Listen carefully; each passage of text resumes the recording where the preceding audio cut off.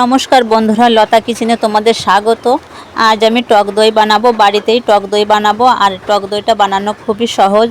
আর টক দই কিন্তু ভীষণ উপকারী, বাড়িতে সহজেই তোমরা টক দই বানিয়ে খেতে পারো। আর টক দই বানানোর জন্য আমি উনুনটা ধরিয়ে দিয়েছি। আর আমি 500 মতন দুধ নিয়েছিলাম, দুধটাও কিন্তু আমি ছেঁকে নিয়েছি।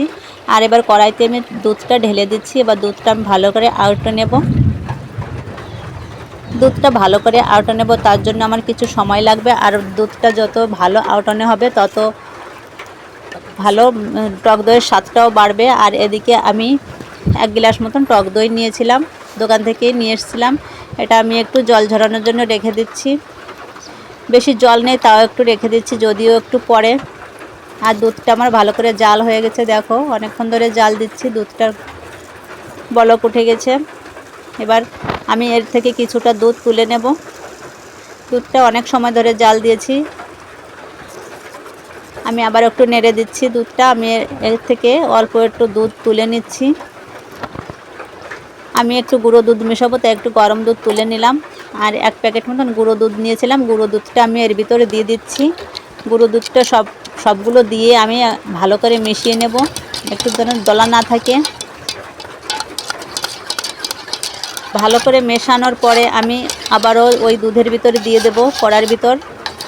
দুধটা আমার ভালো করে মেশানো হয়ে গেছে। এবার আমি আবার ঢেলে দিচ্ছি দুধের ভিতর দিয়ে ভালো করে একটু নেড়ে চেড়ে নেব, যেন ভালোভাবে মিশে যায়, দুধের সাথে এক হয়ে যায়। এভাবে একটু নেড়ে নিচ্ছি। দুধটা খুব সুন্দর জাল হয়ে গেছে, এবার আমি নামিয়ে নিচ্ছি। এবার দুধটাকে আমার ঠান্ডা করতে হবে। আর এদিকে টক দইটাও আমি জল ঝরানোর জন্য রেখে দিয়েছিলাম। দুধটা মাঝে মাঝে একটু নেড়ে দিলে ভালো হয়, যেন উপর থেকে সরটা না পড়ে। সরটা না পড়লেই ভালো হয়, তার জন্য একটু ঘন ঘন নেড়ে দিতে হবে। আর সর পড়লেও অসুবিধে নেই। আমি এবার কড়াইতে জল দিয়ে দিচ্ছি, গরম হতে থাক। আর এদিকে আমি যে টক দইটা নিয়েছিলাম সেটা কিছুটা জল ঝরেছে। এবার আমি যে বাটিতে টক দইটা বসাবো সেই বাটিতে আমি টক দইটা ঢেলে দিচ্ছি। আর ঢেলে নেওয়ার পরে আমি টক দইটা ভালো করে একটু ফেটিয়ে নেব। আর এদিকে আমার টক দইটা ফেটানো হচ্ছে, আর এদিকে এর গায়েও আমি লাগিয়ে দিচ্ছি। আমি দুধটাকে আবার একটু নেড়ে নিয়েছি, আর দুধটা ভালো ঠান্ডা হয়ে গিয়েছে। দেখো আমার আঙুল দিয়েছি, আঙুলটাও ভালো সয়ে যাচ্ছে। আর যে টক দইটা ফেটিয়ে রেখেছিলাম সেই টক দইটা আমি এর ভিতর দিয়ে দিচ্ছি। টক দইটা দিয়ে ভালো করে নেড়ে চেড়ে মিশিয়ে নেব। দইটা কিন্তু আঙুল সয় এরকম দুধে দিতে হবে, না হলে কিন্তু দুধটা কেটে যেতে পারে, তাই বুঝতে হবে কীরকম সময় দিতে হবে। আর ভালো করে মিশিয়ে নিচ্ছি। ভালো করে মেশানোর পরে আমি যে বাটিতে আমি দুধটা ঢালবো, চারপাশে কিন্তু আমি দইটা একটু মাখিয়ে নিয়েছি, তাহলে আমার দইটা ভালো বসবে। আর আমি সব দুধটুকুন আমি এর ভিতর ঢেলে দিচ্ছি। দেখো দুধটা শুকিয়ে কতটা হয়ে গেছে, একদম কমে গিয়েছে। দইটার স্বাদটা খুব ভালো হবে। আর এদিকে জলটাও ভালো গরম হয়ে গিয়েছে। আর এদিকে আমি একটা স্ট্যান্ড দিয়ে দিচ্ছি, এর ভিতর আমি বাটিতে ঢেলে রেখেছিলাম সেটা আমি এবার বসিয়ে দেবো এর উপরে।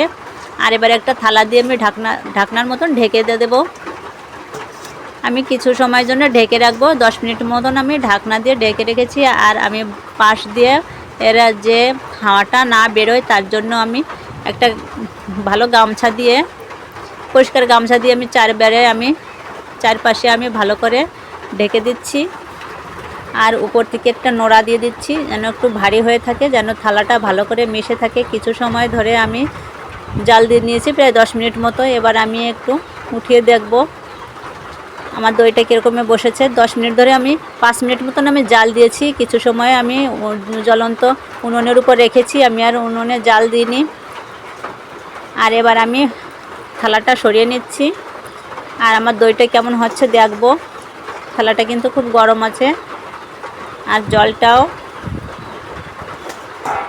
অনেকটাই শুকিয়ে গেছে, আমি অনেক সময় ধরে রেখেছি। আর দেখো আমার দইটা কত সুন্দর হয়েছে। আর এই ছিল আমার দইয়ের রেসিপি। বাড়িতে টক দই বানিয়ে খেলে এরকমভাবে রান্না করে খেয়ে দেখবে, খুব ভালো লাগে। দইতে কিন্তু অনেক উপকার। আর আমার ভিডিওটা প্রথম থেকে শেষ পর্যন্ত দেখার জন্য ধন্যবাদ।